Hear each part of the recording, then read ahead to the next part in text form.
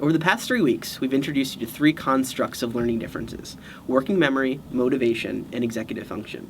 In the prior units, we looked at students through the lens of one learning difference at a time. However, the reality is that we as learners don't use working memory 1 minute and then motivation the next. Exactly right, Lauren. These learning differences represent just 3 dimensions of our learning profiles. The truth really is that all of these dimensions affect how we're learning at all times. So as a teacher, think about how your students are tapping into each part of their learning profiles throughout the lesson. Yeah, it's also important for us as teachers to use this information to our advantage. Take Ben, for example. During my first year teaching, Ben was on the autism spectrum and had many developmental and emotional difficulties as a result of serious abuse as a child. What this meant in the classroom was that when things got tough and Ben reached his frustration level, he ran out of my class. However, as the school year progressed, I realized that Ben was very good when he knew what was coming and he could build a plan. Given long-term projects he was excited about, he would plan and prioritize very well. It was his emotional control that oftentimes derailed him.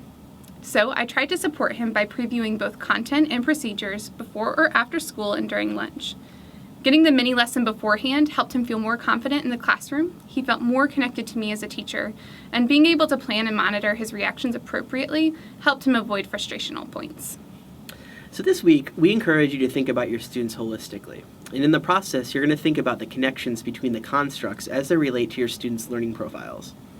To help you get the most out of this unit, we've created several activities that we think will help you really learn a lot. The first is understood.org through your child's eyes. This simulation experience helps you understand and empathize with what your students might be experiencing every day in your classroom.